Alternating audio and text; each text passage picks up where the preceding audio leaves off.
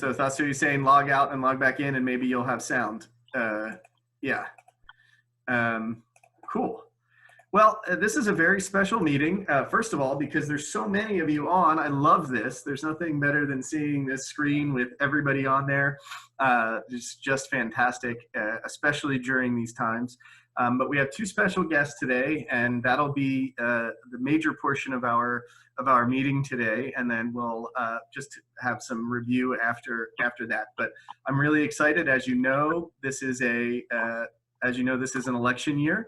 And we have two folks that are running for Congress that will represent pretty much everybody on this call if you're in the Lancaster or Southern York area. And it's not every day that we get to talk to candidates directly and to talk about the issues that you have. So I'm really excited to introduce both Paul Daigle and Sarah Hammond, who are running. The primary, as you know, is coming up on June 2nd. Many of you have registered or registered for mail-in. I put that link every time we talk, so I'll put that there again. What I'd like to do is give each of the candidates about 2 minutes or so to introduce themselves and talk about their campaign and their policies. And then I want to open it up for, they've both been happy to open it up to questions that you have that relate to, of course, any issues that you're having, but it can be anything from, refugee issues, about immigration policy, but also the issues that you're facing as being,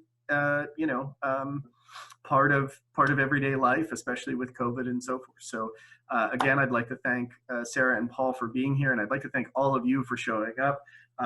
We have last time, Paul and Sarah, people were saying, well, it's a primary, the presidential election is already pretty much, set. So what does it matter? And that was when the conversation came up to say, no, there's Congress, there's local elections, there's PA Senate. And I'm hoping to get the PA Senate on, the candidates on for next week. But as U.S. Congress, this is really direct decision-making about the policies that affect immigration and actually every aspect of your daily life. So I flipped a coin ahead of time. And so if you don't mind, Sarah, if you don't mind going first with a 2-minute kind of introduction, and then Paul, and then we'll take your questions from there. So here we go. All right. Hi, everyone. Thanks for introducing yourself and taking the time to join us today, or to let us join you guys, rather. My name's Sarah Hammond, and I am a 26, soon-to-be 27-year-old on Monday, individual who is from the Southern York County end of this district. I was born in Hanover, Pennsylvania, about an hour and 15 minutes away from here. I currently live right outside the city by about 10 minutes. And our office is located downtown. So as someone who has experienced a fair amount of personal traumatic experience, I'm a sexual assault survivor. I dealt with having to try to find another way to help pay for school after tearing my ACL playing field hockey. So almost wasn't able to afford college going into school, and had a lot of instances. I'm a member of the LGBT community, so I've dealt with a little bit of discrimination from that aspect too. But furthermore from those things, I attended Slippery Rock University, another state school out by the Pittsburgh area, and actually was fortunate to have the opportunity to work with our global and international department for the entire 5 years that I was studying there. I studied communications, French language, and art, where I focused on printmaking a bit too. And in that process, I did a lot of advocacy, both from my high school years, more focused on climate inaction and the LGBT community and things that were issues there over the last, I'd say at this point, 10 to 15 years now from that span. Went to college, ended up focusing a lot more on international relations and the diplomatic side of that, as well as really, unfortunately, what helped push me into politics outside of my personal experiences were living with a lot of my international friends from all over the world and seeing how horribly people were treated during the end of 2015, when Donald Trump was starting to gain a lot more power and traction, rather, in the 2015 election and leading up to 2016. So unfortunately, I had a friend from Pakistan who was spit on in the street while we were walking. I had a group of friends who, after one of our community meetings, were actually shot at with pellet guns by people waving Confederate flags and yelling like just horrible things to some of my friends from Kenya and from Egypt, I guess it was at the time. And it was just unbelievable to see that transpire right in front of you for myself. And I understand that I am a woman who comes from very red, rural Pennsylvania. Obviously, I'm white, so there's a lot of privilege that comes with that, and I'm very aware of that. So with our campaign, Mark, my director of policy and communications, who it appears some of you guys know, the two of us really wanted to step in and be able to learn a lot because we have a lot of shared experiences and among ourselves and with policy. And we have a number of individuals, two of which are on the campaign, who have roots, they're first generation from Puerto Rico and from Kenya with their roots as well. So we just pride ourselves on trying to be as representative wholly of our general population here in South Central PA as we can, because at the end of the day, it's wrong at all to stand up and discriminate against people or to say different things, but to be in a position of power, especially when we're seated with Lancaster, which is a welcoming city and has some of the highest influx of immigrants in our entire nation, and with having the Berks Detention Center, which is the horrible thing. I'm for the abolishment of ICE and tearing down detention centers. I don't believe in caps for refugees or even immigrants coming into this country. There are a lot of things that we need to work on and that our current representation in Lloyd Smucker just aren't fitting the bill. So I appreciate the opportunity to get to talk to you guys a little more. We're very accessible, so feel free even past this meeting to reach out. I know there are a couple familiar faces, and I just really look forward to the opportunity to get to engage with you guys a little more. Do you want to mention for the Ethiopian community members, Sarah is the candidate that is also in your building? Yes, yeah, I'm the candidate downstairs. I got the good opportunity to actually speak with some leadership, I think, when there was some storage space being used in our front office in the interim. So it's very cool. We're at that same building. So unfortunately, we don't have a lot of movement. We can't do anything out of there right now. We're completely online, of course. But in the future, you'll be able to find us there. All right, thank you. All right, Paul, if you want to give an introduction and we'll go from there. Paul Daigle, please. Thanks for having me. I was very excited about this call. I've been a huge fan of CWS for a long time. Attended a fundraiser, actually, because Christina Hartman had been posting about it for your organization not that long ago. So thank you. I appreciate the opportunity. A little bit about my background. I have a master's degree in multicultural education. Most of my research was actually around how to teach white undergraduate students about institutional racism. And there is part of that. There's a lot of issues that touch on the sort of issues that immigrant communities face. I have spent most of my life working in nonprofits or civic organizations or higher education. In total, as a volunteer, intern, staff member, board member, executive director, president, I've been in 28 different organizations, having some part.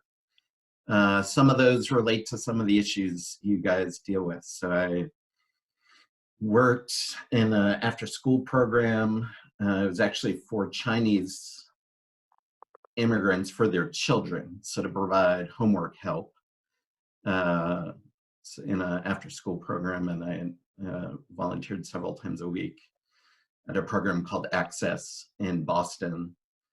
I did policy advocacy with CARE. If you're familiar with CARE, they work with women and children around the world and actually knock doors in Capitol Hill advocating for increased development funding and things like that.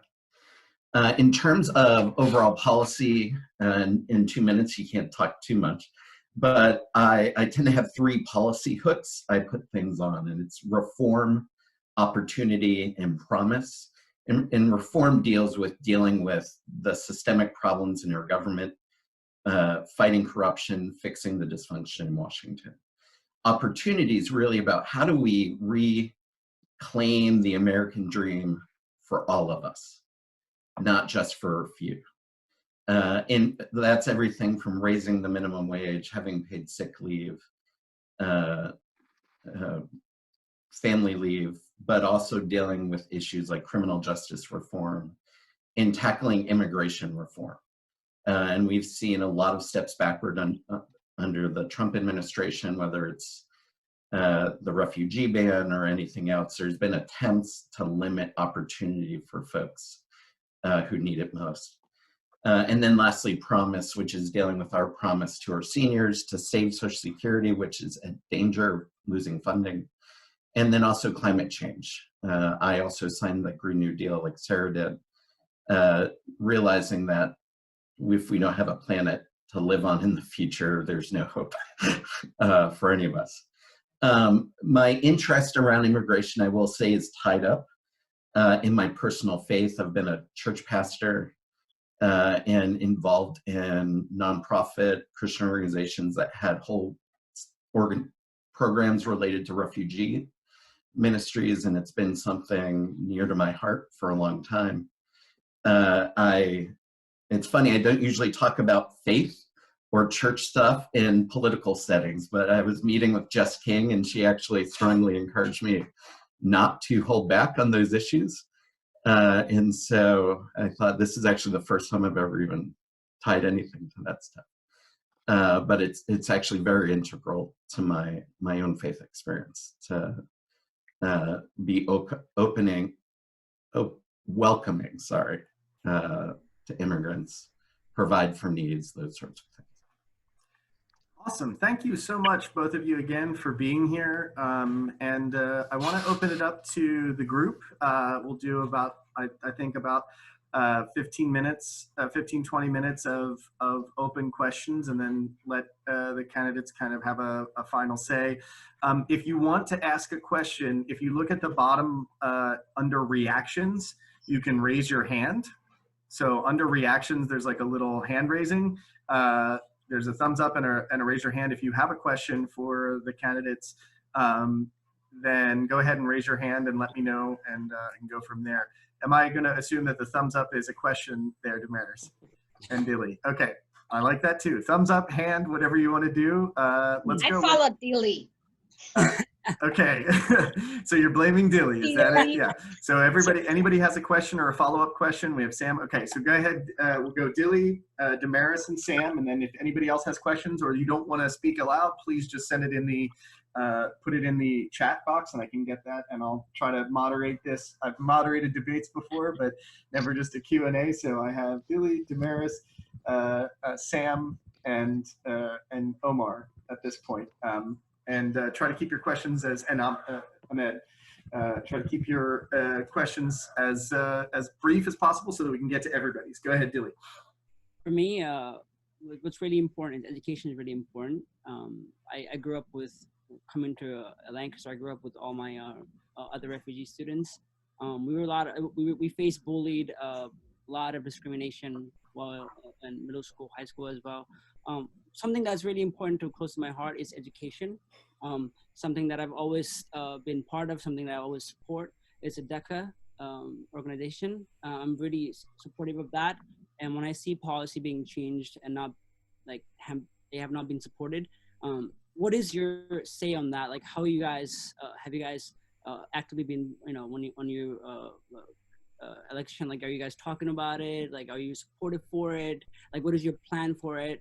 Like, what changes are you going to bring when you guys are elected? What are the few changes that you guys will make in support of the DECA? All right. I think just to switch the order this time, we'll go Paul, Sarah, and then we'll just keep going back and forth. So go ahead, Paul, and then Sarah. So your question is about Dreamers and passing DACA reform, correct? I'm very much for passing the DREAM Act or some version of it, if it's called something else, but it gets us the same end result, which is allowing dreamers to become citizens. What that may look like come January 2021, depending on who our next president is, will look different and how that legislation can move forward. There was compromise legislation that Minority Leader Schumer and Speaker Pelosi had put forth that allowed the dreamers citizenship, a whole variety of other things. There was actually money for the wall, which I oppose, but it was initially agreed upon by this White House. And then there was a sudden about face. There was about 2 days, Fox News freaked out, Trump backed off, and it was lost. The DREAM Act has been put forth since 2001. That's 19 years of attempts to move this forward. It almost got done at the end of the George W. Bush administration. It almost got done during the Obama administration. It's overdue. I fully support it. I actually reached out to a dreamer to help run my campaign. She's, however, working on a presidential campaign right now, or was in the spring, and she's going to the Unified DNC campaign. So I would have proudly had a dreamer actually pretty much running my whole campaign. Yeah, so I hope that answers. Thanks. Sarah. All right. Well, similarly to Paul, I believe in a lot of the same things here. And the biggest thing for me is I believe in supporting DACA because I think that it's imperative. But when we look at the core concept of everything, there shouldn't be a need for DACA is the first and foremost thing. You should be able to come to this country regardless. You shouldn't need to have someone say, well, your parents brought you here under XYZ certain pretenses, and now we're going to kick you out when you've lived your entire life here, and this is what you know and where you've come to be and come to live. Research has shown that DACA has increased the wages and employment status of DACA eligible immigrants. It has shown that there are suggestions that immigrant and refugee households that come here and start out in poverty, whenever DACA is an option for them to go on for schooling and for staying here and otherwise, and that the resources are available, that cycle is not continued, and that we can start to rebuild upon what was considered the American dream for generations here, and to allow that for immigrants and refugees who are resettling here. I'm a firm believer personally in basically having fairly open borders, pretty much open borders, and looking at that discussion. When it comes to DACA and resettlement and things like that, I fully believe in things like universal health care. I believe in universal access to education and universal access to adequate childcare, and also the availability to have a support package or a care package that comes in whenever you resettle here when you're coming through the border.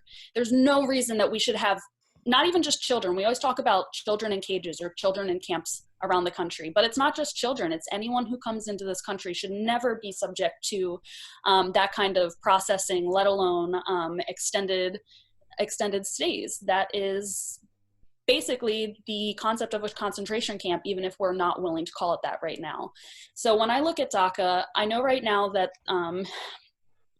disbanding it has been on hold over the past months, and I know that the Supreme Court is looking to have a decision on this at some point throughout this summer, I believe is where it stands right now. And I fully believe that we should be ensuring that there are more paths to not only citizenship and not only to education, but just more paths to success for immigrants who come to this country, because let me break this back. Our country was built on this founding notion that we are a country of immigrants. This is where we've come from. This is how we are. This is what we should be proud about. And this is what we should go on to continue to support. So I am very much for DACA. I'm very much, I wish that we didn't need it. And when it comes to policy points, I'm looking to hope that, a generation forward from now, our kids and grandkids won't even have to know what DACA was. They'll be reading about it in textbooks, and it'll be normalized that someone can come to this country and they can assimilate and they can just become a citizen. There's a better path to citizenship, and there are resources available here for you to thrive and prosper for generations to come. All right, thank you. Damaris, you are next on my list. Yeah, Sarah, thank you so much. I really needed to hear those words. I have a question, and I know it's a question I've asked before, but I saw in NPR News that there are a lot of parties, apart from, you know, something I raised a few weeks ago, I think in the first meeting we had, I did raise the question of citizenship. The NPR article was talking about people who are supposed to be sworn in and they could not be sworn in because of the COVID-19, and people who are actually just about to go for citizenship interviews like myself on April 9, among many others, and did not go because of COVID-19. I did raise this question also at an NAACP meeting of Philadelphia that was attended by congressmen, and Mike Staller was one of the people who were there. It was nice to put a face on all these people, because to be honest, we do study some of these questions, and we are asked, who are your congressmen, who are your senators? And you don't know their faces. It's a shame because you can't remember their faces. But now when I attended that meeting, I could put their face, their names on the face. But my point was, I wanted to know, I did request to find out if it's possible for, you know, people in Congress or anybody who's in the political party, like we have Sarah, and I don't know who else is vying, I'm sorry. Sarah, I know I can't remember your name. I was wondering if you can vouch for virtual interviews and virtual swearing in. That way we don't have a backlog of people waiting for things like COVID-19 coming up. It can be a tornado, it can be anything else. If they can have virtual interviews for that, or virtual swearing in, and you have your families being sworn in, it's a new world, and we just have to adapt to these changes. Is it possible to have that? Okay, I think Sarah first and then Paul. So I am 100% for doing anything virtually anytime. I think it's very, as long as it's efficient and it's accessible. And that really ties in, I know this is more, I fought for this at the state level when I was doing advocacy there, and I'm continuing to add that into my platform at the federal level, because the first thing we need for that is access to universal broadband, and to ensure that people have access to internet to be able to do these things, make sure that we have secure settings, and that those options are available. But I personally don't see any reason why we shouldn't be doing this. I mean, if we can, Paul and I have been this, I don't know, what is this, our fourth or fifth probably Zoom meeting we've had together where we've been able to sit in on discussions, let alone the things we've been doing separately. I know each of you are in the same boat, and we know how efficient it can be in this time period, especially now that we're starting to get in the swing of things. So I think that first and foremost, moving forward, like you had mentioned, it's going to be a brand new world. How we interact with each other, what are the safest measures, what even people are comfortable with. I believe, you know, when I see, for example, I have a friend who's the mayor of Hellenborough in our district, and he was called up yesterday by a couple who wanted to get married. So he got up, got out, and married them. I don't see why we can't do something virtual like that, or make those things more accessible, instead of saying, oh, here's one date and we're treating it like an in-person graduation or a reception or whatever else. I think what would be really awesome would be for there to be options to do things both virtually and in person, but then also to have separate receptions after, where we can celebrate and we can network and we can make sure resources are provided here.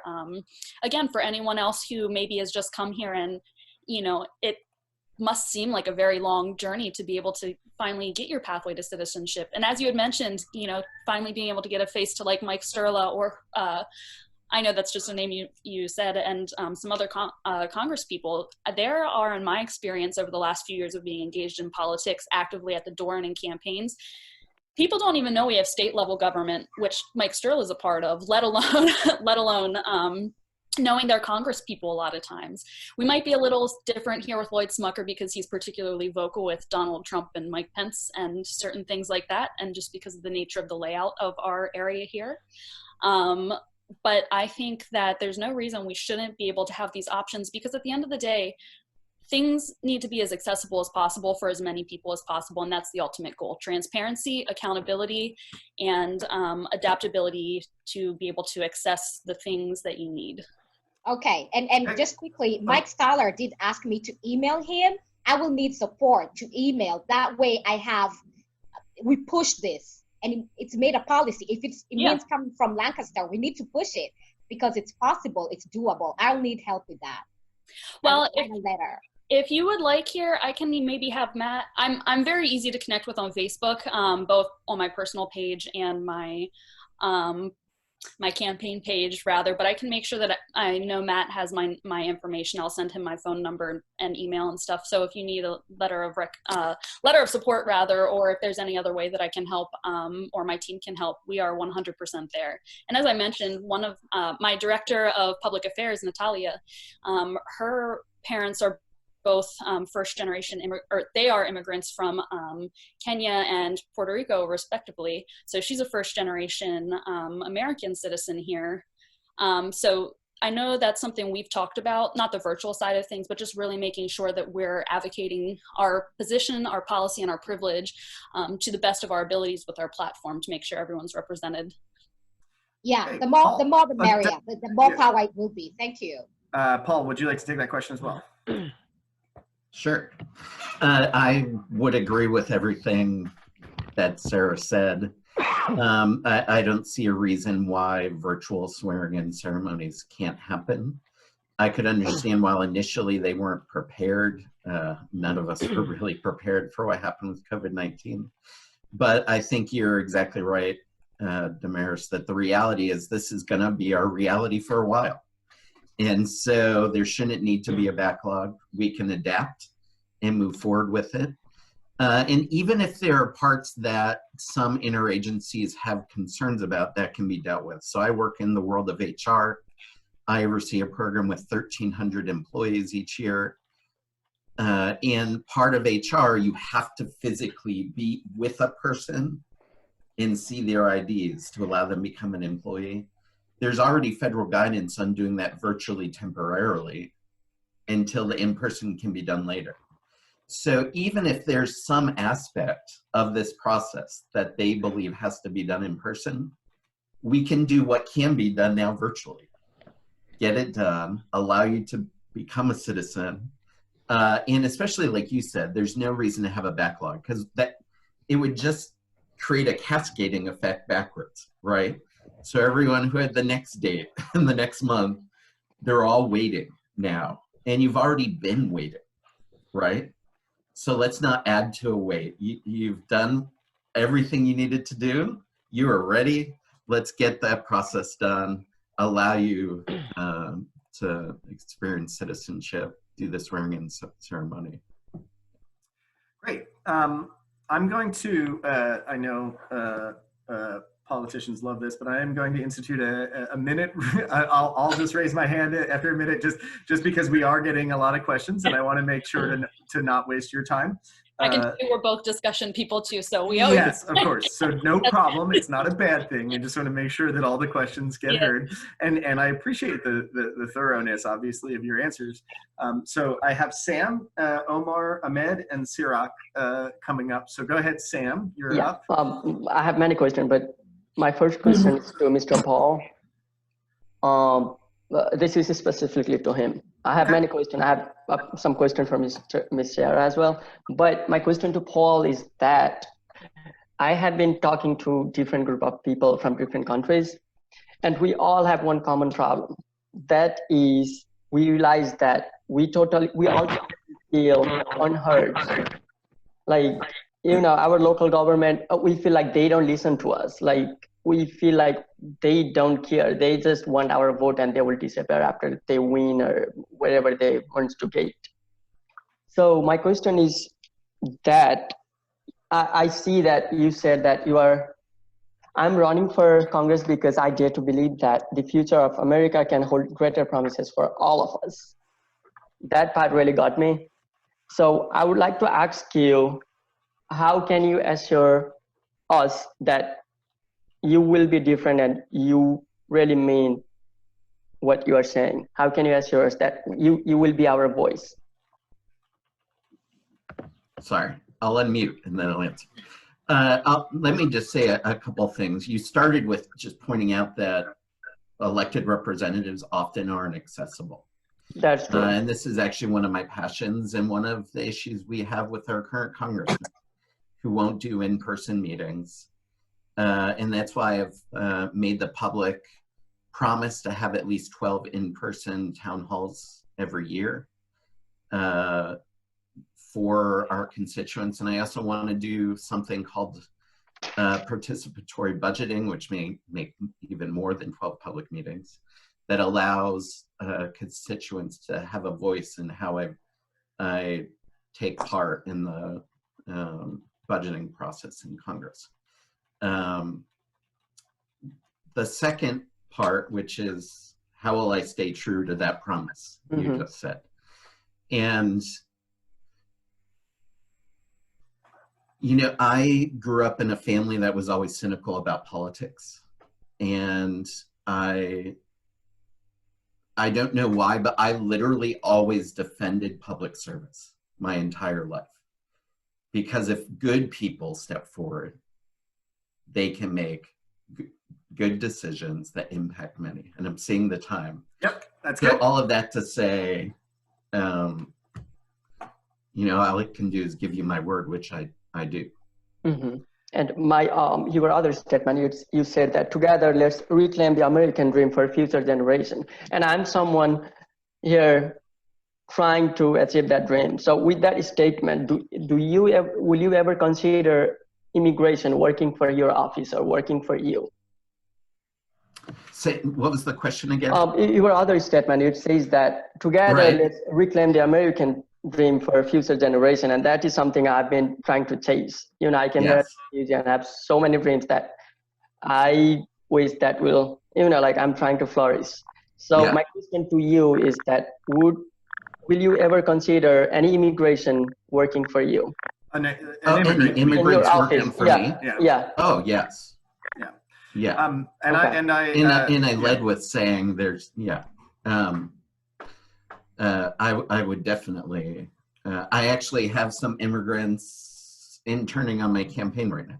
Okay. And so I would most definitely support. And then I want to, same questions to Sarah. One, if you don't mind, Sam, one would be, how do you tell people that you're going to follow through with what you're hoping, and would you hire immigrants to work for your campaign or your office should you win the congressional seat?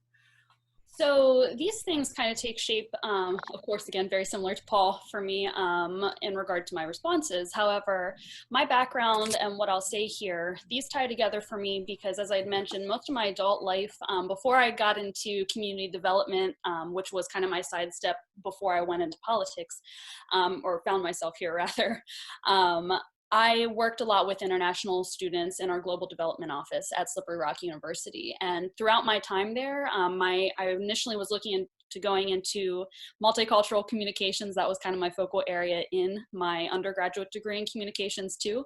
Learning new things every day, Paul, and our similarities. But also focusing, when I was in that time period, on top of a lot of the advocacy that we did, I worked very closely with that office. And this was a very predominantly white, predominantly conservative area that my university was in. So very similar to the nature of this area, maybe even less wiggle room when it came to acceptance and people not being afraid of things that they don't know or things that were different from them. So when I was in my tenure at Slippery Rock, I kind of came to run one of the largest organizations on that campus, which was in charge of about 4,000 students annually. I worked with a $200,000 budget every year. And I also, at the time, was living strictly with international students again and working within the Global Development Office.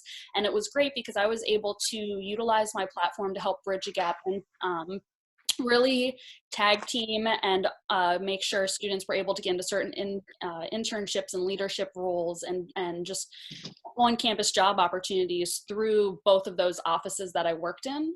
And that's something that I will say, I promise I will follow up on that because that's something that I've been doing for the last almost 9 years of my life, I guess. I'll be 27. So I do have a track record of that. I think that you know, I have Japanese family members too, so I know what it's like now seeing my young cousin Kylie, who's living in Tokyo and looking to come to college here in the States, what intricacies those face and what that'll look like, especially in the face of COVID right now and with a lot of discrimination towards Asian countries that we're seeing right now. So those are things that are not missed on me. Those are things where we're tied very much into the community here. And as I mentioned, we already have a number of volunteers who are helping with our campaign as well as at least one first-generation individual who is a lead member of our directorship board here. Oh, you're muted, I think. I have 4 more questions. Do you have time if I keep the script 1 minute? Okay. Omar, you're up next. Wow. Hi. My questions are simple, and I'm sure someone asked previously, so I have to skip and come up with a new question. There's 2 things you two are in common. You two are both white, and you are politicians. And one thing politicians do is they lie. They always lie, regardless of which political party they associate with. So how, and my question is, that is a comment, not a question actually. My question is, every year the president has the authority to sign the number of refugees that are allowed to come into this country. Now there's a proposal that's been raised by a representative, I think, in California. She's proposing to have a fixed gap where the president, he can increase, but he can't decrease that number of refugees that are allowed to come to the US. If I give you an example, Obama, before he left, the number of arrivals for that year was 100,000. Then Trump cut it to 30,000. Now he said 18,000, and we are going to 0. So will you propose such a proposal where the president can only increase this gap that the Congress suggests? If they say 80,000 refugees will come to this country, then whoever is the president can't go below that number, but he has the authority to increase. That is the GRACE Act, and it was put forward by Zoe Lofgren of California, as well as the Bipartisan Refugee Caucus. So yeah, the GRACE Act, yep. So I think that would go to Sarah first, and then Paul, and then I'm gonna be strict on the 1 minute for real, just because we have so many more questions. Okay, go. So, great question. As Matt just reiterated with the GRACE Act there, that's something that our team has been following closely. As I mentioned in the beginning, I don't think that there should be any numbers or any caps on the amount of refugees or immigrants who are allowed in this country for resettlement. However, we know that we need to start somewhere. So with that, I know that the GRACE Act is looking to amend it with a 95,000 minimum threshold, I guess is the best way to say that, and the maximum number is supposed to be revisited each fiscal year. I think it's a great place to start. I don't think that it's adequate enough because in the face of, you know, anything from genocide to famine to world pandemics to understanding, you know, I have a friend who's a documentarian who followed up LGBT individuals who were seeking refuge here from some countries in South America who were turned away and then killed after. This is a matter of life or death situation. And I know, as you had mentioned, I'm white, I'm from here. I'm not someone who has had to deal with that experience or go through that. And that's an absolute privilege. And I understand that. So with our platform, we've tried to utilize every bit of privilege that we have to ensure that we're fighting to make sure that there's a better path here and that more individuals are able to come here in a safer manner. Good. It was right at 1 minute, so perfect. This is great. All right, go ahead, Paul. You want to take that question as well? I also fully support the GRACE Act, and there are 25 million refugees right now in the world. Historically, for the last 20 years, the US took the most refugees. And so now, since President Trump, you actually already mentioned that each year it went down. So it's, I think, 50,000, 45,000, 30,000, or 18,000. We need to pass the GRACE Act at minimum. Again, caring for the refugee, I talked about my faith briefly earlier. That is inherent. Not inherent. It's a foundational principle of who I am and what I believe in. You also started by saying politicians are good at not telling the truth, and I will publicly say that I don't lie, and I literally mean that. And so you're laughing. But I I've just agree brought with on a social media person who worked on the Bernie Sanders campaign, and he created a social media graphic, and it was only slightly untrue. And I deleted it immediately and said, no, President Trump didn't tell Americans to drink bleach. He said, possibly we may learn that injecting bleach will help do this. Do I think what was said was ridiculous, wrong, everything else? Yes, but that I want to be exactly true. I don't mislead, I won't misspeak. Now in a public setting, I might use hyperbole because I get excited. But if you call me on it, I'm going to say you're right and I'm sorry. So that is my personal promise I'll give you. But All right, thank you, Paul. Ahmed, that's you, and I guess Paul gets the first slice at the apple, and then Sarah. Yeah, go ahead. Okay, we just mentioned cuts that are being faced and caps with the refugee crisis. With such a crisis looming like this, how do you, the both of you, plan on both in your campaign and if you were to be elected, really galvanize our community who is historically welcoming, and Lancaster and Southern New York, are welcoming to refugees? How would you, in your campaign and in your congressional leadership, how would you both in the constituency and in Washington make everyone, the voters and our refugee friends who don't have the chance to vote yet, how would you make sure they are incorporated, empowered, and how would you, in the fight of this crisis, how would you be able to handle this at home in the constituency and in Washington? Yep. And my connection broke off a little right at the beginning. Are you referring to the COVID-19 crisis? No, I'm referring to the crisis we're facing with the refugee caps and the administration with the travel bans and all that stuff like that. Yeah, no, that's fine. Because it started breaking up, I want to make sure I'm speaking to the right thing. I think having forums like this and many more, having opportunities to hear from folks. So those public town halls, obviously, even if you're not yet a citizen and can't vote, that doesn't mean you can't attend. It also means, even after being elected, having an open door. So whether it's in my local office or in Washington to hear from you, or being invited to future meetings like this. I will tell you, hearing all of you at the very beginning almost brought me to tears because of all of your passion and commitments to making a difference in your communities.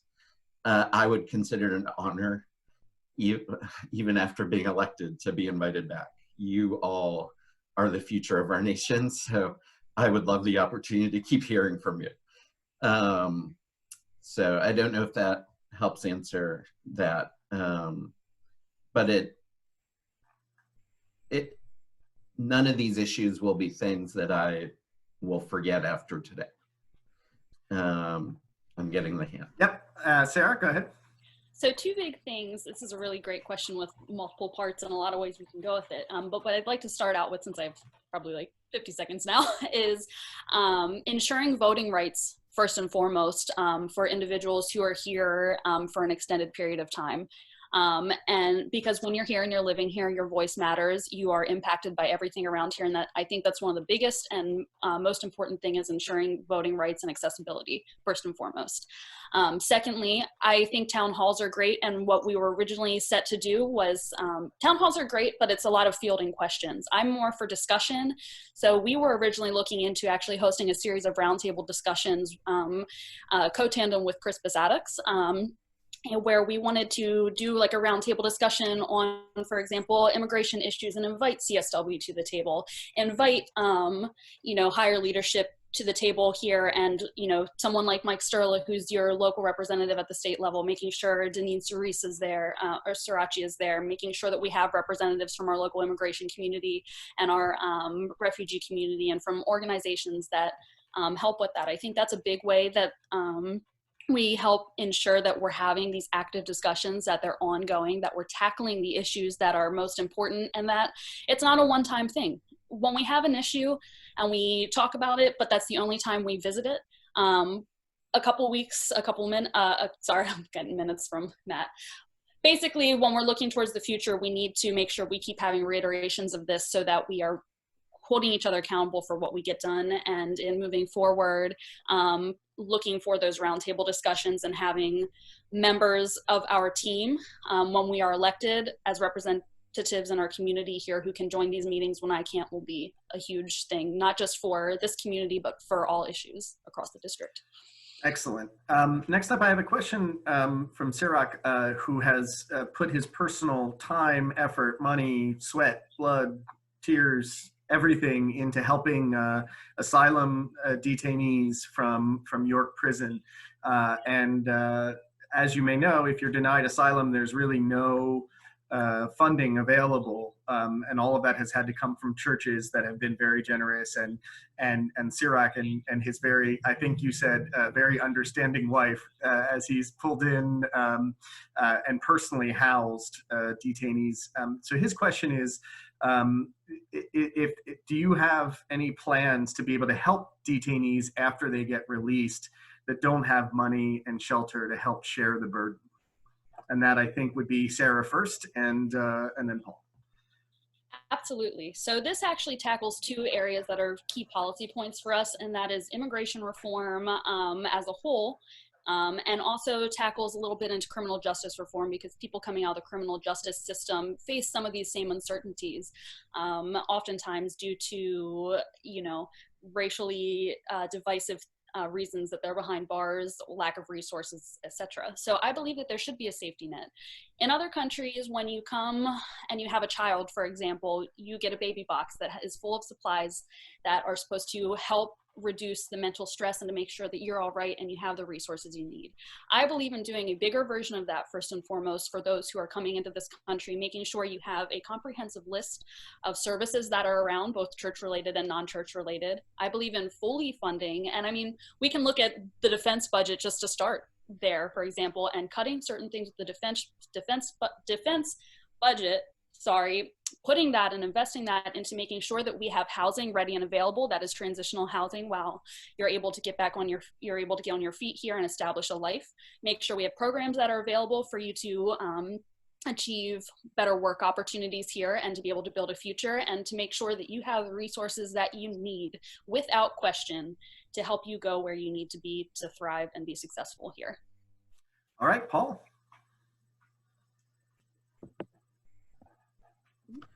I would echo a lot of those things. I think part of even passing the GRACE Act, which we talked about earlier, I think it would be helpful to add something that would overturn the public charge rule of the Trump administration as part of that, so that there isn't anything to prevent folks from seeking any sort of public assistance. And even in areas, the things with the public charge rule is, even if you don't have to follow it because of your particular immigration status, fear that somehow you're going to trip that rule may get you deported will keep folks from accessing services and things folks need. Additionally, housing is something that's near and dear to my heart, housing insecurity. I ran a homeless social service program before. I chaired a statewide public policy on housing. I've met with the the executive director of the Federal Interagency Council on Homelessness. Dealing with those housing issues would be part of that, and making sure there are resources for those communities. I see the hand. Great. I love that my hand can be definitive. I know, I'm always looking for it. I'm like, yeah. We have a question from Dr. Wanja, who she said she'd like to know your thoughts about the continuing persecution of people like us by the police and white supremacy groups. Obviously, Ahmaud Arbery's on the front lines, but other issues as well. So just I think that would be Paul first to ask the question about persecution of people of color by police and white supremacy groups. Go ahead, Paul. Yeah. It's hard to capsulize this in 1 minute. But You know, during my introduction, I talked about the fact that part of my master's degree came from the reality that I saw very smart undergraduate students shut down when they were taught about white privilege. And I believed white privilege was real. I also believed some of those very students were bright and caring and compassionate. And so I began to study, how do you even approach those issues? Because it's real, it's powerful, and it's systemic. So part of it's going to be a heart and mind issue, and part of it's policy issues. And so there's housing policy, there's criminal justice reform issues. There's a whole variety of things we're going to have to tackle on the policy side. And then there's also the heart and mind issues. And unfortunately, the Trump administration has, you know, if you want to say, put gasoline on embers all over by his rhetoric, by his actions, and by his policies. And we're going to have to counteract that personally with heart and compassion, but with policy, advocacy, and marching sometimes and protesting. But I'll let Sarah. Okay, go ahead, Sarah. First and foremost, something that needs to be said specifically by white people over and over, time and again, is Black Lives Matter. Black Lives Matter, and we need to start acting like it in this country. That means people like Paul and I, who are in positions where we recognize our privilege, using our platforms to address that and call for accountability. Any of you who are on Facebook, I really encourage you to look up Sarah Hammond for Congress, or at Sarah for Us, because I actually just wrote a big post about this the other day that was influenced by the recent lynching of Ahmaud, as well as really tackling the inner issues of the fact that he's one name. We look at it and he's one name. He's one name, and that's how he's treated, is one singular name that this is happening to. I think when there's so many more that, you know, go unnoticed, I should say, or not with media attention or whatever else. You know, I think that the biggest thing, and I'll wrap up here, is that, I'm just looking for a question here, is making sure that we're continually bringing recognition to these things. And as I'd mentioned in my intro, I've had friends who are Black and who are from various African countries, who were literally shot at in 2015 while people were yelling white nationalist related things. And those were students at the university that I went to. Both groups of those were students. So it's something that I've seen, I've witnessed, I've been there, I've seen the after effects. And as someone who wants to be an ally and an advocate, and who vows to continue doing everything in my power to stand up about this, I know all I have is my promise, but I'll keep giving that to you, that I will not stop fighting for that and holding people accountable and using my voice to do so. And we have, just to piggyback on that, it's the fear. We cannot allow ourselves to fear, because if we allow ourselves to fear, we'll never achieve anything. We'll never go anywhere. So it's a question of being able to address the fears that people have, and not make them feel like they have to shy away from addressing what they need to address. And it's fear. It's all about fear. And as far as I'm concerned, if you address fear, you can do anything. Anything. Thank you, Damaris. Yes, and thank you both. Two more questions. We have one from Zippy, and Dilly has one more. And I did want to read what Omar said. We also want to make sure not to put everybody into an immigration refugee box. We also share other concerns with Americans, like better economy and security, which I think is a really good point, and a good reason for potentially to have you both back at one of these before.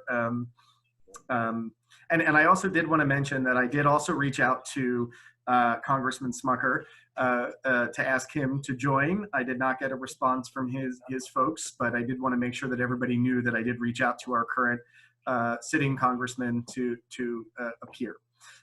So question from Zippy, one from Dilly, and then maybe a closing remark. And I want to make sure to respect everybody's time. So Zippy says, what are some of the ways you hope to become more inclusive, where ensuring that communication in diverse languages is included for those that are still learning English in our communities? I think that starts with Sarah and then goes to Paul. So thank you, Zippy, for that. I know as someone who was able to speak French fluently for a long period of time and did some translation stuff for a bit there, minor stuff that is, that, you know, it's very easy to pick out when politicians or other people are just using Google Translate. And it, you know, it's not a good look, first and foremost, and it doesn't translate well. We are very fortunate, and I consider myself very fortunate, again, to be able to have the support in the community that I do. Earlier this morning, and actually every Saturday morning, a large group of my international friends around the world, we have to Skype very early because we have some that are in Japan, Skyping way late at night and everywhere in between. But I'm fortunate to be able to hear their perspectives of things. I'm fortunate to be able to be in a situation where I can ask questions or practice these things. And I think that's something that everyone should have. It's terrifying, not only learning a new language, but I can imagine being in a new place and being forced to just speak and work through it and whatever else, especially without adequate resources and without people who are willing to speak or say anything that's not English.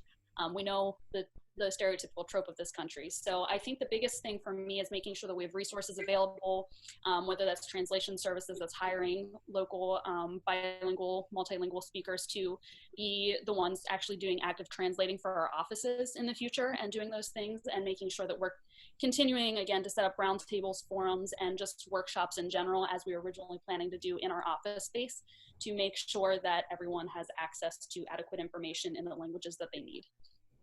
Okay, Paul, thank you. I think I've actually been talking to our web design lead about having multiple translations of our website currently. We may not be able to have every language that's represented in Lancaster County, partly because, you know, this is wonderful. We're a capital for refugees, and that's a great thing.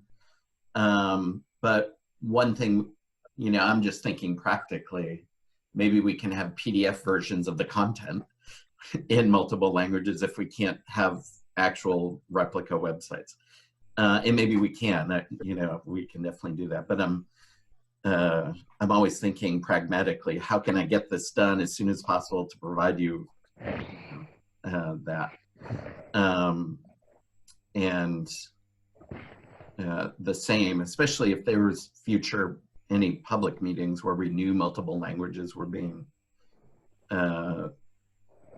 would be spoken, finding ways to have translation devices, or, you know, from. And I've been in settings where I've had translators translate after me as I speak, and comfortable with that. But. Okay, it looks like we have time for maybe one more question and then a minute final statements. And Dilly, you had asked for the last question, so hit it.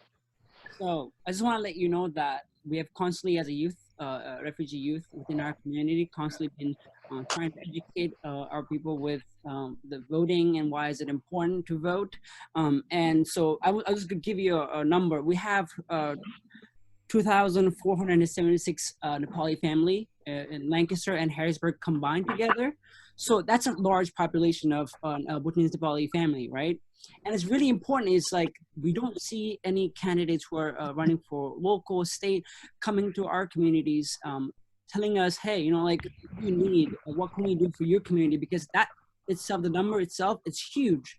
And you're looking at a very majority votes from there as well. If you educate our people about why is it important to vote, what is your policy and stuff like that. So I highly encourage you guys to be involved within our community, with these refugee communities here in Lancaster and Harrisburg as well, and try to educate about who you are, why you're running, and why do you support refugees, your policies. Is really important to educate them, and they don't understand the importance of voting, right? Because we have come from a place where we didn't vote because we didn't exist. We didn't have a voter registration. We weren't a citizen, right? So they still think that it's not important to vote. Their voice doesn't matter. So we as a youth of Lancaster want you to know that we would definitely love to have you come to our community, talk to us, talk to our community members, try to educate them.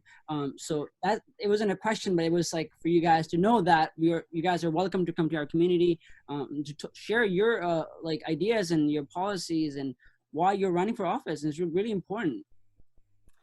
And And I want to put in real quick that this is something that my work is really concentrated on. Not, I think inherently it's important to have everybody's voice that's in this room at the table and voting and so forth. But at the same time, I mean, Lancaster being the refugee capital of America and 2,000, you said 2,700 or 2,400 families. If you put all of the refugee groups together, you're talking about a major constituency that is feeling as if they aren't necessarily accessed. And I'll bring up Omar, who lives in the 10th district and in Cumberland County. And now you have the Somali community playing an outsized role in the way elections go, local county elections. And you have Eugene De Pasquale, who is looking to form relationships with that group. And it seems to me that, you know, that is something that it's a chicken or egg question, right? Until you start seeing more refugees voting, more former refugees and immigrants voting, that'll wake up the politicians. But then if the politicians seek those votes out, then you'll see more participation. So you have this chicken or egg question, but somebody needs to make the first move. And I think that, Celia, I think you're exactly right that you're looking at at right now a potentially dormant constituency that could really jump in. So I need to end the call by 2. So I want to give Sarah and Paul each 1 minute to kind of do a closing. Quick updates for everybody that's left, and I'm going to keep those to a minute. And since we started with Sarah, Paul will go first, and then Sarah to finish us off, and then I will give my updates in 35 seconds.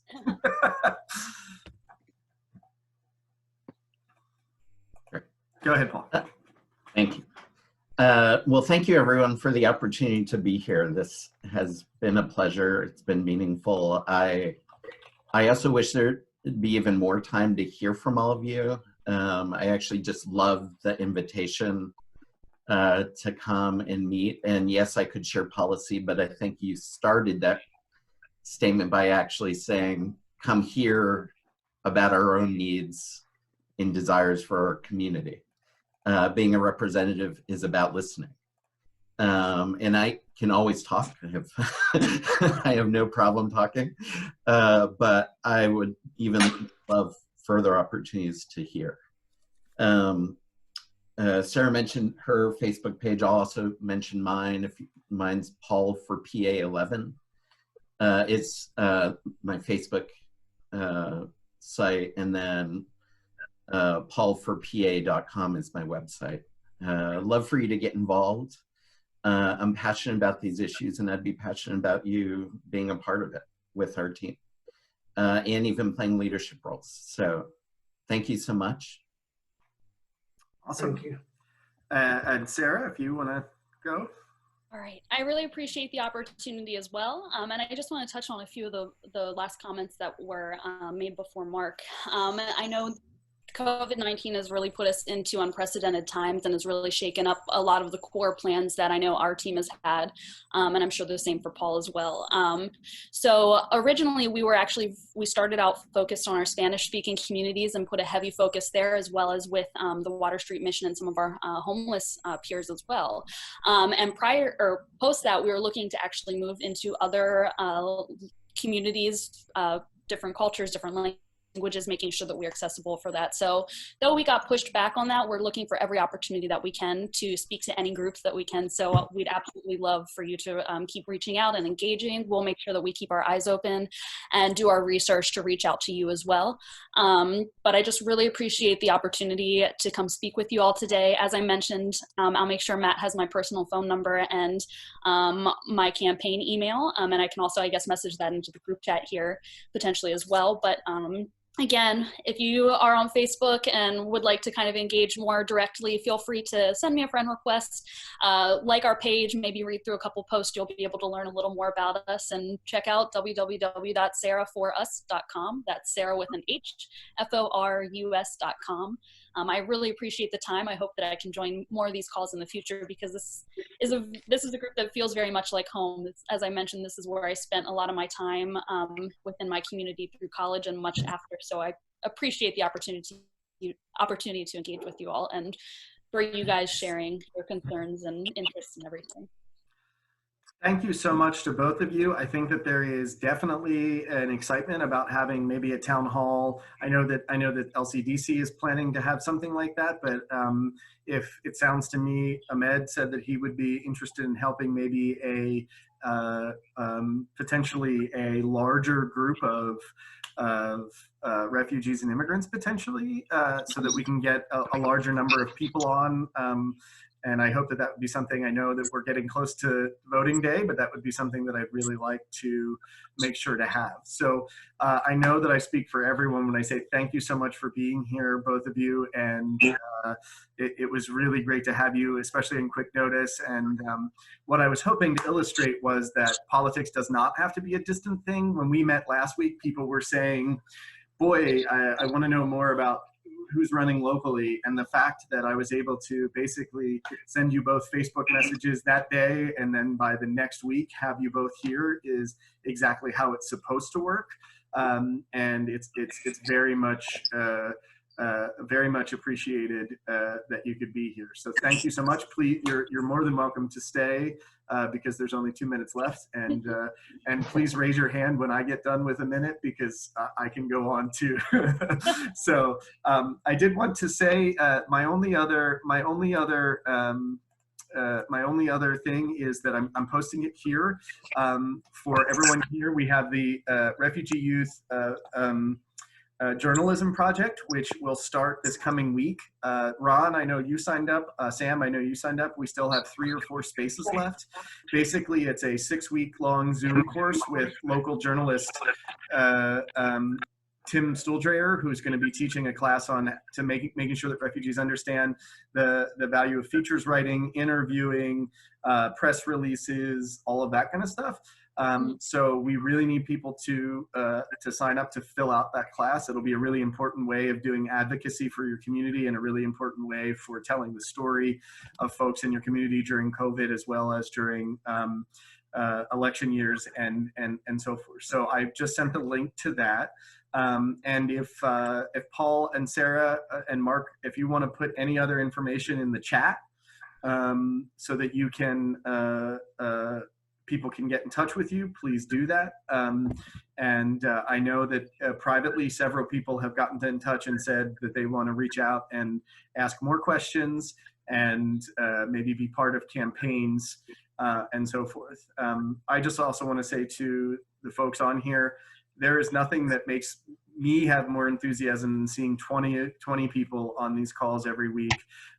You can't get 20 people from anywhere to do anything. So the fact that you leaders of the immigrant community and the refugee community are here every week is just about it's just about the most inspiring thing, and it keeps me going throughout the week when things seem like drudgery. So thank you so much, and I really appreciate everybody being on.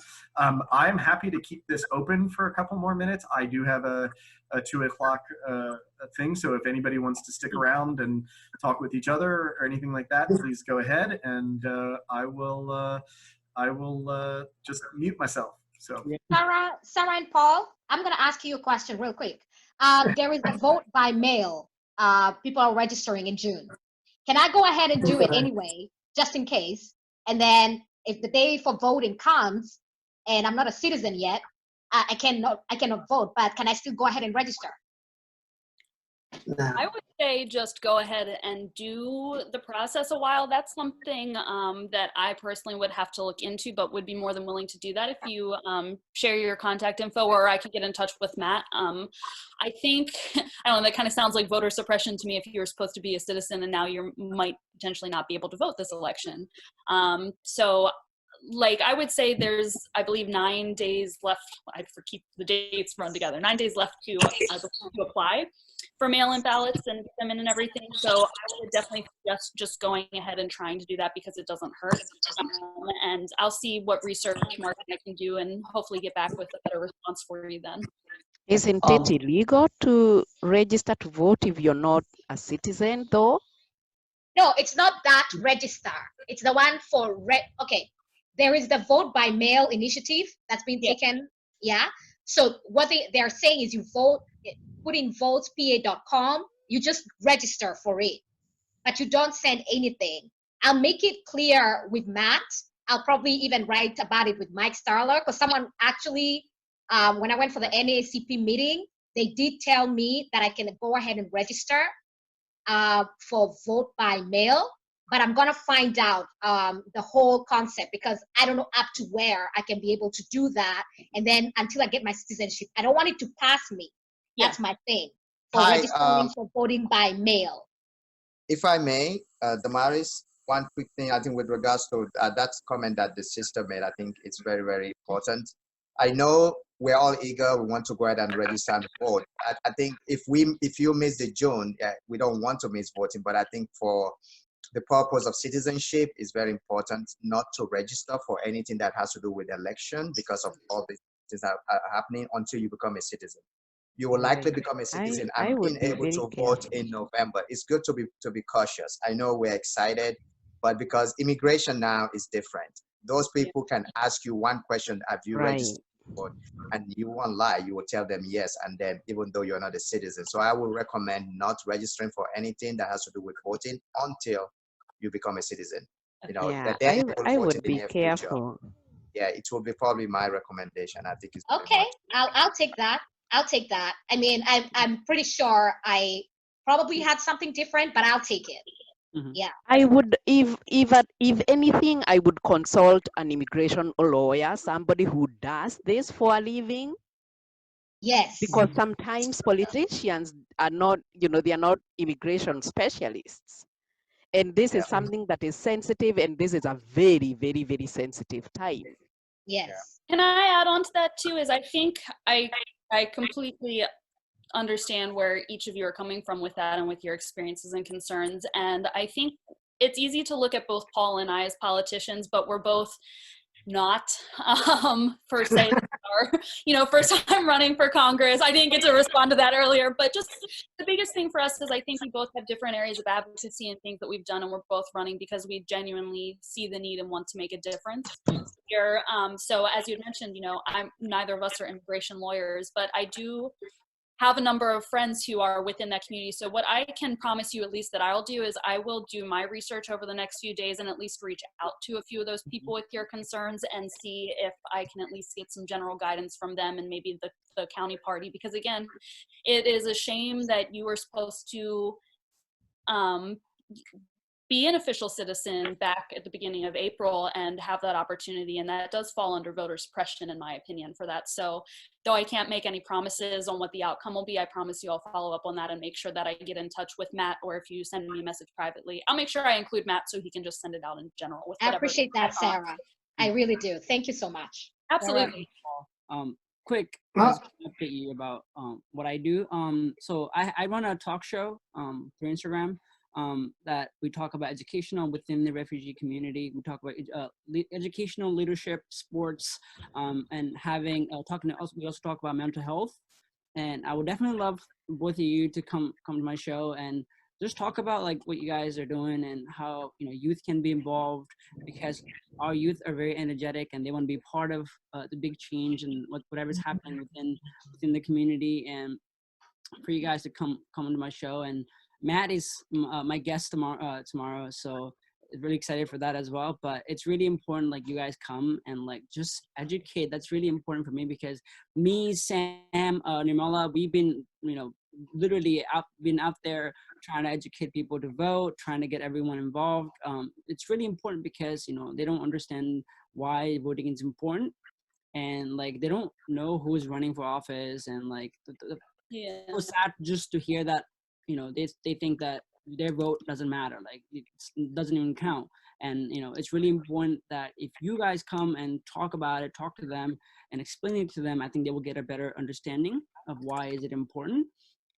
So I mean, I can get in touch with you both and then share like what my show is, how it's run, and then you guys can definitely join and just talk about some of the things that we have talked about here. But me being involved with it, like strongly with the youth in the city, we can talk about the youth and how we can be involved with elections and how we can have different opportunities within the elections. So I'm really excited for that, and I'll definitely shoot you both email or through Yeah. Facebook with Sarah, and Great. one thing that I do want to like mention to Sarah is you talked about the LGBT community, and that's something I strongly support, right? I strongly support that. And it's so sad within our community, it's taken as a very wrong thing, right? It's a bad thing. And, you know, I would definitely love for you to like just talk about LGBT, man, like why it's important. Because my roommate in college was, he was gay, you know, he was openly happy with what he was. And for me, like, he was so scared of me because like he thought that me coming from Nepal, he thought that I believed something differently, and he never shared it with me.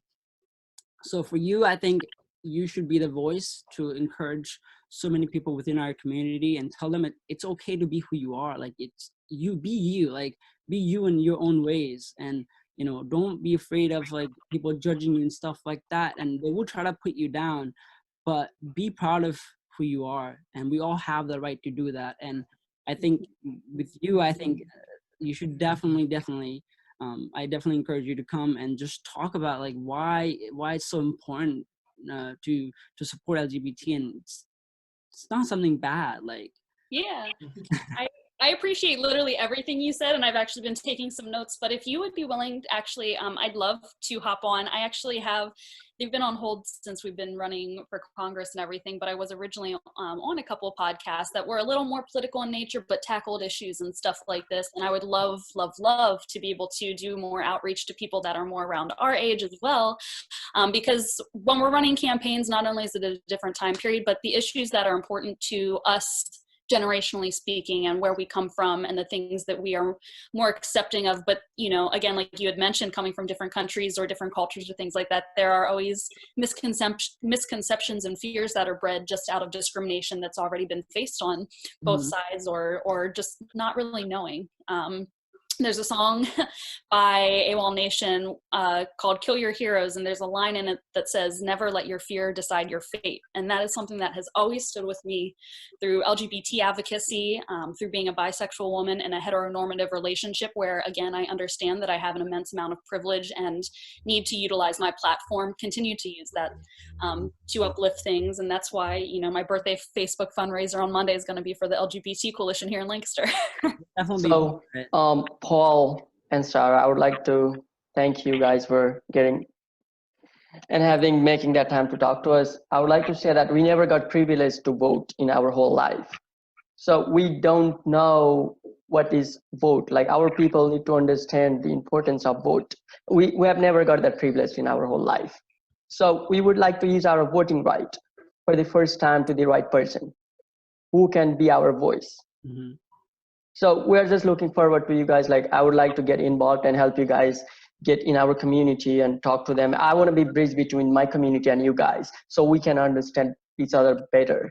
So I added you guys. I really hope that I would be able to ask more questions to you guys privately, and we'll be able to find something. Like, I really want to use our voting right. I have never, you know, like we felt like nobody cares. Like, we don't matter. Like, we want to be accountable for what we do, and we want to use our voting right for once to the right person. My first time voting, and it's really exciting. And like, you know, we're really looking forward to it. And, you know, every day it's like, you know, we're trying to do our research to know our local who's running and all that stuff. And I get goosebumps. Like, it's my first time voting. Like, yeah. I was born in Nepal, but we never had an identity. Like, we didn't even exist in Nepal, right? And so here, like, at least we have identity. We have, at least by voting, we feel like, yes, we're counted. Yes, we're human beings. And like, there are people, when we vote, they know who you are. We exist. So just to know that, it gives me goosebumps every single time. So we're looking forward. It would be great for my community that if they know what your policies are and what you are fighting for. I am pretty sure that you guys are what we need. So we would like to use our voting right for once. Yeah, with the chat, I want to speak about something, because I know for a fact that in our community, no one like Congress people, you know, candidates, they have never came to our community and especially talk about voting rights and stuff. And I think our people are kind of behind with that, just because no one has come in front of us and say to our face about, hey, voting right is your responsibility, you should vote and stuff.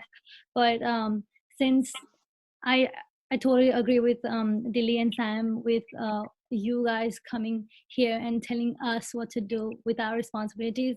And this is my first time to register for voting and stuff. I'm so excited. As you say, like, I don't know if I'm like, should be happy or should be sad, because this is our first time. This is our first time. I'm like 20 years old, and this is my first time voting. And I think everybody, like, because us going to school and learning from you guys, learning from our friends, voting is good, and voting is your rights. But our parents who doesn't speak English, but they have a citizenship and they can vote. I have taught my mom how to vote, and she's ready and she's so excited, but not every children do that. And then for you guys coming to our community and talk to our community people will be the biggest thing. We have a really large population, and that'll be greatest thing ever, and we will really appreciate you coming for us.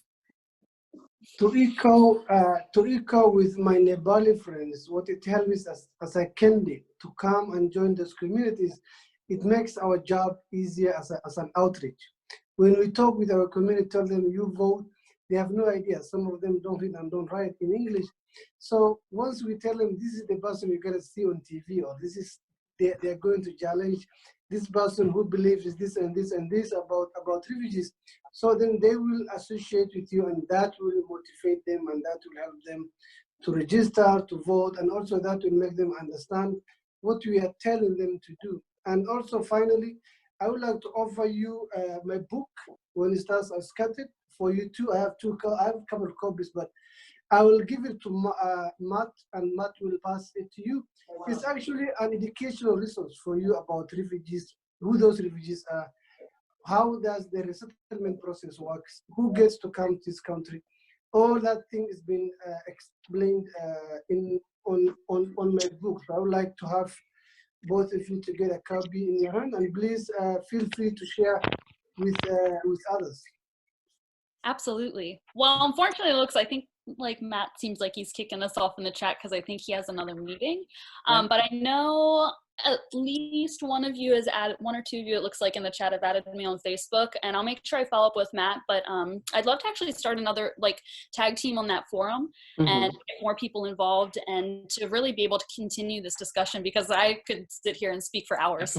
It's so engaging. This is very reminiscent of what my life was like when it came to just being open and receptive and learning, and tackling voter registration, tackling issues both here and at home. And as you guys have mentioned, you're excited to vote, and there are a lot of people our age who take it for granted here in this country, who were born here, and there are a lot of people in the older generation, because there's a lot of people who are disenfranchised. But I think the more voices we hear on why it's so important, especially from our generation, help in like the work that you guys have been doing to register as many voters as you have, and doing so many different things. So like I said, please reach out to me. I'll make sure, again, Matt has my information. Those of you that add me on Facebook, I'll make sure I send you my personal contact info too, and I'd love to continue this discussion.